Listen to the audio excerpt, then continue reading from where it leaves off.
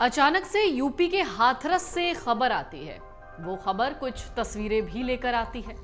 जिसने भी उन तस्वीरों को देखा वो आह करे बिना रह नहीं पाया।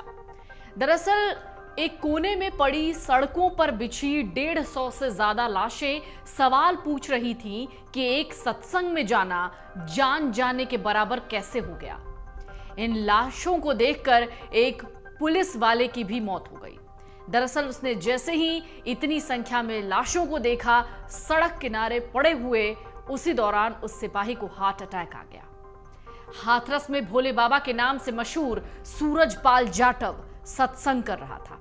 यह सत्संग हाथरस के सिकंदरा राव में चल रहा था। प्रवचन तस्वीर में दिख रहा ये बाबा दे रहा था। भीड़ तो इतनी थी जितनी चुनावी रैलियों में भी नहीं होती। भीड़ में मौजूद हर एक शख्स को उसका दुख, उसकी तकलीफ और कुछ पाने की चाह इस ढोंगी बाबा के पास खींच कर लाई।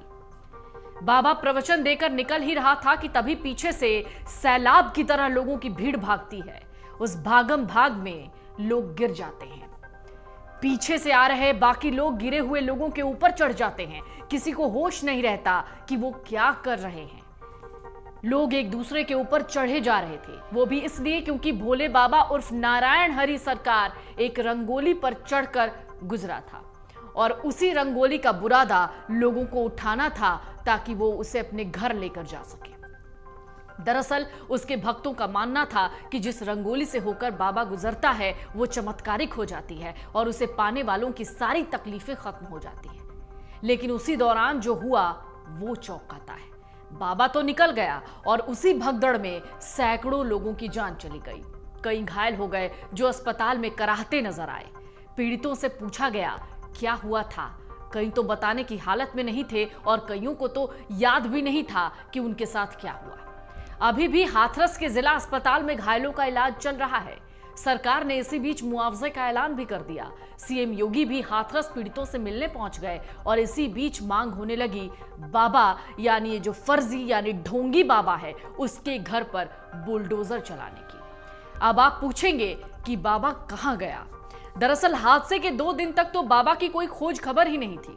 अचानक से वो 4 जुलाई को प्रकट होता है, लिखित में अफसोस जाहिर करता है, कहता है हमारी ओर से doctor AP Singh senior advocate supreme court को अधिकृत किया जा रहा है ताकि समागम सत्संग के बाद कुछ विरोधी सामाजिक तत्वों द्वारा भगदड़ मचाने के संदर्भ में उचित कार्रवाई की जा सके। यहीं पर कहानी खत्म नहीं होती। नारायण सरकार को मानने वाले भक्तों का बयान भी आपको सुनना चाहिए ताकि अंधविश्वास का स्तर आपको पता लग जाए। परमात्मा मानते हैं उनको, नारायण साकार हरि मानते हैं। हाँ, और उनका सत्संग भी करते हैं। और कल हमारी सासू माँ गई थी, बोली तुम चली जाओ। मैंने की माँ मम्मी मैं नहीं जाऊंगी, तुम चली जाओ। वो सुरक्षित लौट आई? वो सब कुछ अच्छी तरह से चली आई और प्रभु की रहमत हम पे भाई।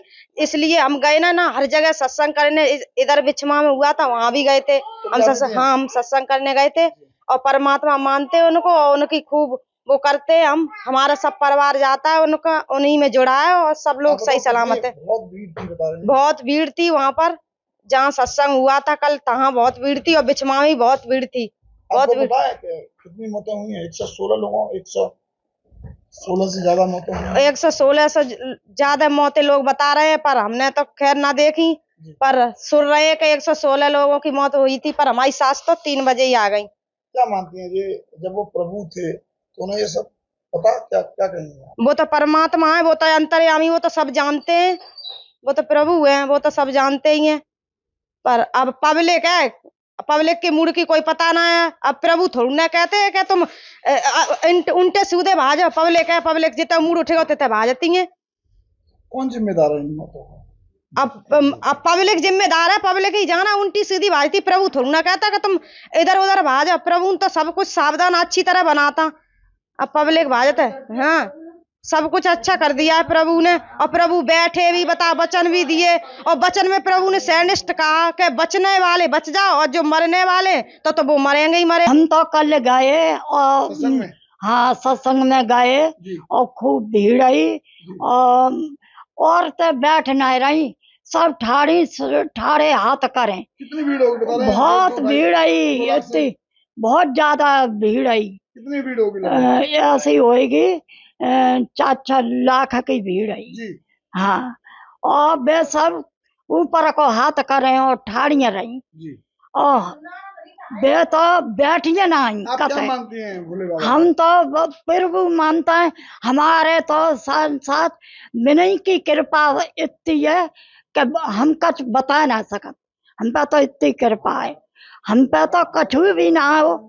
आदमी जगह तो कि जब बेच के भाग जाएंगे, जगह ही हम पे खाली। जी। और उन्हीं की कृपा से आज हमारे देखो 2 बहुएं हैं और सब बाली बच्चा सही है। तो उनको आप क्या मानते हैं? हम तो परमात्मा मानता है। कोई चमत्कार भी देखे आपने? बहुत देखे हैं, चमत्कार बहुत देखे हैं, क्या देखा? बहुत। प्रभु जब छत पे तो हमारी छोटी बच्ची गिर गई जी। तो एकदम बच्ची उठाई तो कुछ नहीं था, और जब लेके चले तो एकदम परमात्मा को जयकारो लगाओ। क्या लगाया था? क्या तो जगह लगाया था? लगाओ प्रभु, आप या मेरो कोई ना है। जी। तो मेरी बच्ची की आंखें खुल गई और मेरी बच्ची एकदम बोली मम्मी। जी। मुँह पे तो बहुत ही कृपा है। माता जी, कुछ लोग ये कह रहे हैं कि इसके वे तो जिम्मेदार बदनाम कर रहा है। 16 मौतों के जिम्मेदार हाँ, बाबा वे तो बदनाम कर रहा है। भोले बाबा।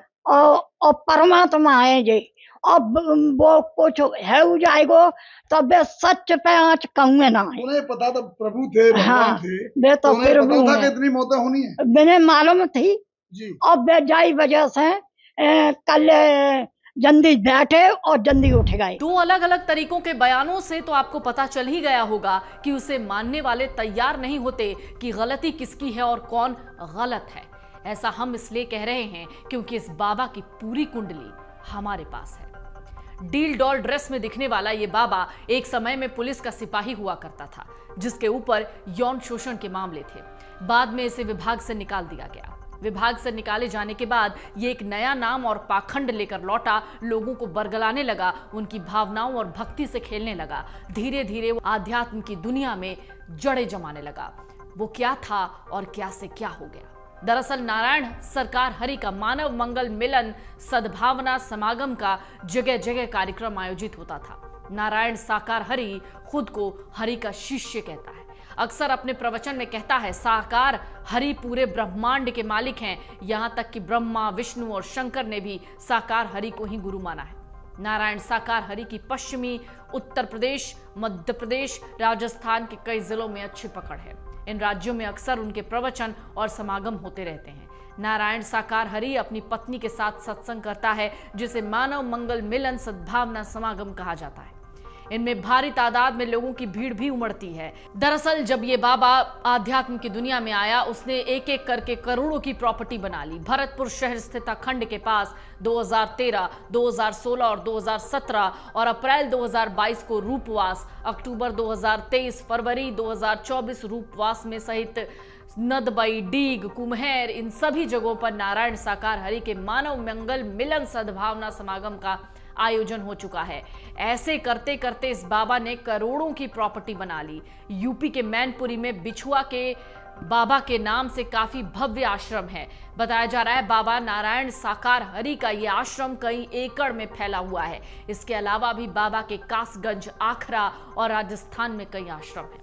वहीं बाबा ने अपने इस बिछुआ आश्रम के बाहर चंदा देने वालों की लिस्ट लगा रखी है। इसमें सबसे ज्यादा कम रकम 10 लाख रुपए की है। हालांकि इसके अलावा बाबा जो अपने आश्रम का निर्माण और सड़कों का निर्माण कराता था, उन सब के लिए भी बाकायदा एक कमेटी बनाई गई थी और उस कमेटी में भी लोगों से चंदा लिया जाता था। बताया जाता है बाबा के पास कई 100 करोड़ की संपत्ति है। उसके पास एक एक करके कई आश्रम है जिनकी कीमत करोड़ों में है। इसके अलावा बाबा नारायण साकार हरि लग्जरी लाइफ जीता है। आपने इसकी तस्वीर देखी होगी, सफेद kurta, shirt, pant, coat, tie और इतना ही नहीं, गॉगल्स लगाने के साथ साथ इसके कई शौक हैं। साकार हरि को बाबा नारायण साकार हरि के नाम से जाना जाता है। वो उत्तर प्रदेश के एटा जिले के गांव बहादुर नगरी का रहने वाला है। नारायण साकार अपनी पत्नी के साथ सत्संग करता है। बाबा नारायण साकार हरि अपने कपड़ों की वजह से सुर्खियों में रहता है। ये 3 पीस सूट पहनकर प्रवचन देता है। इसका सत्संग सुनने के लिए रोजाना हजारों लोग आते हैं। सूत्र कहते हैं बाबा के आश्रम में 16 से 17 साल की कई लड़कियां रहती हैं, जिन्हें ये अपनी शिष्या बताता है। वो इन लड़कियों से गलत काम भी कराता है। साथ ही बाबा सिगरेट और शराब का आदी है। ये बाबा नहीं बल्कि पाखंडी बाबा है। कोई बाबा नहीं है, ये तो सब ढोंगी है। अगर बाबा भगवान होते तो आज ये हादसा नहीं ऐसा होतो। इतना तंगड़ो और भगवान ही होते तो पीछे मुड़कर नहीं दे सकते कि कह रहा मैं पीछे वे आगे जा रहे करके और पीठ पीछे मतलब जनता कुछ चली आ रही है, मात वही चली आ रही है। ऐसे भगवान हो तो बिना गाय है यादी मांगी में साथ देते हुए सब ढोंगी बाबा है कशीनाथ बाबा के पास। दरअसल इस बाबा के बारे में कुछ लोग ये कहते हैं कि कई लोगों की मौत बहादुर नगर में हुई जो उन्होंने देखी है। जिन लोगों की मौत हुई ना उनके शव का कोई पता लगा। बाबा को जब लगा कि अब वो फंस सकता है तो उसने यहाँ से अपना आश्रम भी शिफ्ट कर लिया था। ये बाबा पहले एक बार जेल भी गया है। इस बाबा ने पहले कहा था कि ये लड़की को जिंदा कर देगा, उसी केस में वो जेल गया था। बाबा अपने आश्रम में किसी गांव वाले को नहीं आने देता है। लोग कहते हैं बाबा को लगता है कि कोई गांव का आदमी अगर उसके आश्रम में घुसा और देखने लगा कि वो कैसे रह रहा है, क्या कर रहा है, तो उसका सारा भेद खुल जाएगा। बाबा ने अपनी फोर्स बनाई हुई है जिसे वो अलग से वर्दी देता है। बाबा सफेद कपड़ा इसलिए पहनता है क्योंकि वो खुद को पाक साफ बताना चाहता है। वो खुद को भगवान बताता है। भोले बाबा का ये सब एक ढोंग है। काफी लोग इसके बारे में जान चुके हैं। जो नहीं जानते वो आज भी इसके चंगुल में फंसे हुए हैं। हादसे के बाद फिलहाल एफआईआर भी दर्ज कराई गई है। हाथरस पुलिस की ओर से दर्ज की गई एफआईआर को हम हूबहू आपको बताते हैं। प्रभारी निरीक्षक थाना सिकंदराराव जनपद हाथरस महोदय अवगत कराना है। दिनांक 2/7/2024 को थाना क्षेत्र सिकंदराराव में ग्राम फुलरई मुगलगढ़ी के मध्य जीटी रोड के पास जगत गुरु साकार विश्वहरि भोले बाबा के सत्संग आयोजन का कार्यक्रम प्रस्तावित था, जिसके आयोजनकर्ता मुख्य सेवादार देव प्रकाश मधुकर पुत्र राम सिंह निवासी न्यू कॉलोनी दमपुरा कस्बा व थाना सिरसा राव जनपद हाथरस एवं अन्य सेवादार सहयोगी थे। आयोजनकर्ता द्वारा अपने संगठन के पूर्ववर्ती कार्यक्रमों में जुटने वाली लाखों की भीड़ की स्थिति को छुपाते हुए इस कार्यक्रम में करीब 80,000 की भीड़ में श्रद्धालु इकट्ठा होने की अनुमति मांगी गई थी। इसको देखते हुए पुलिस प्रशासन द्वारा एकत्र होने वाली भीड़ की सुरक्षा, शांति व्यवस्था और यातायात प्रबंधन किया गया। लेकिन इस कार्यक्रम में शामिल होने के लिए प्रदेश के विभिन्न जनपदों और आसपास के राज्यों से लगभग 2.5 लाख से ज्यादा श्रद्धालुओं की भीड़ इकट्ठा हो गई, जिसके कारण एवं आयोजक द्वारा अनुमति की शर्तों का पालन न किए जाने के फलस्वरूप जीटी रोड पर यातायात बाधित हो गया, जिसे ड्यूटी पर नियुक्त पुलिस एवं प्रशासनिक अधिकारियों द्वारा इसे सामान्य किए जाने का प्रयास किया जा रहा था। हाथरस भगदड़ मामला सुप्रीम कोर्ट पहुंच गया है। एक जनहित याचिका दाखिल हुई है जिसमें कहा गया है कि सरकार को निर्देश दिया जाए कि वो 2 जुलाई की हाथरस भगदड़ की घटना की जांच के लिए तत्काल सुप्रीम कोर्ट के सेवानिवृत्त न्यायाधीश की निगरानी में 5 सदस्यीय विशेषज्ञ समिति गठित करें। जनहित याचिका में यह भी मांग की गई है कि जन सुरक्षा के हितों को देखते हुए भविष्य में इस तरह की घटनाएं न हो। इसके लिए समिति दिशा निर्देश तय करने के सुझाव दे। उत्तर प्रदेश सरकार को हाथरस भगदड़ की स्थिति रिपोर्ट दाखिल का निर्देश दिया जाए। साथ ही पूछा जाए कि लापरवाही के दोषियों के खिलाफ क्या कानूनी कार्रवाई की गई है। देश के लोगों की धर्म में गहरी आस्था है। ऐसे में धार्मिक समागम में भारी संख्या में लोग आते हैं, लेकिन आयोजकों और प्रशासन द्वारा पर्याप्त सुरक्षा न किए जाने पर बड़ी संख्या में लोग खतरे में पड़ जाते हैं। याचिका में 2 जुलाई की हाथरस की भगदड़ की घटना का उल्लेख करते हुए कहा गया है, ये लोगों की सुरक्षा से जुड़ा महत्वपूर्ण मामला है और कोर्ट को इसमें दखल देना चाहिए। याचिकाकर्ता का कहना है कि भीड़ भाड़ वाली जगह प्रशासनिक तौर पर उचित प्रबंधन करना सरकार की जिम्मेदारी है। भारत में ग्रामीण क्षेत्रों में सत्संग के लिए काफी संख्या में भक्त इकट्ठा होते हैं। कई बार तो वहां आपात स्थिति में प्रवेश द्वार और बाहर निकलने के द्वार भी ठीक से चिन्हित नहीं होते। मूलभूत सुविधाओं का भी अभाव रहता है। यहां तक कि आयोजकों का भी स्थानीय अथॉरिटी के साथ संपर्क का अभाव होता है और इनका नतीजा भयंकर भगदड़, जैसे कि उत्तर प्रदेश के हाथरस में हुआ। यह घटना सरकारी तंत्र की लापरवाही का नतीजा है। अब इन सब के बीच एक बड़ा सवाल कि कब तक लोग ऐसे ढोंगी बाबाओं के झांसे में आते रहेंगे। सबको ये समझना होगा, दुख, तकलीफ, खुशी, संतोष सब परमात्मा देता है, ये किसी इंसान के बस की बात नहीं है। अगर आप ये वीडियो YouTube पर देख रहे हैं तो हमारे चैनल को सब्सक्राइब करें और बेल आइकन को दबाना ना भूलें। अगर आप Facebook पर ये वीडियो देख रहे हैं तो हमारे पेज को लाइक करें।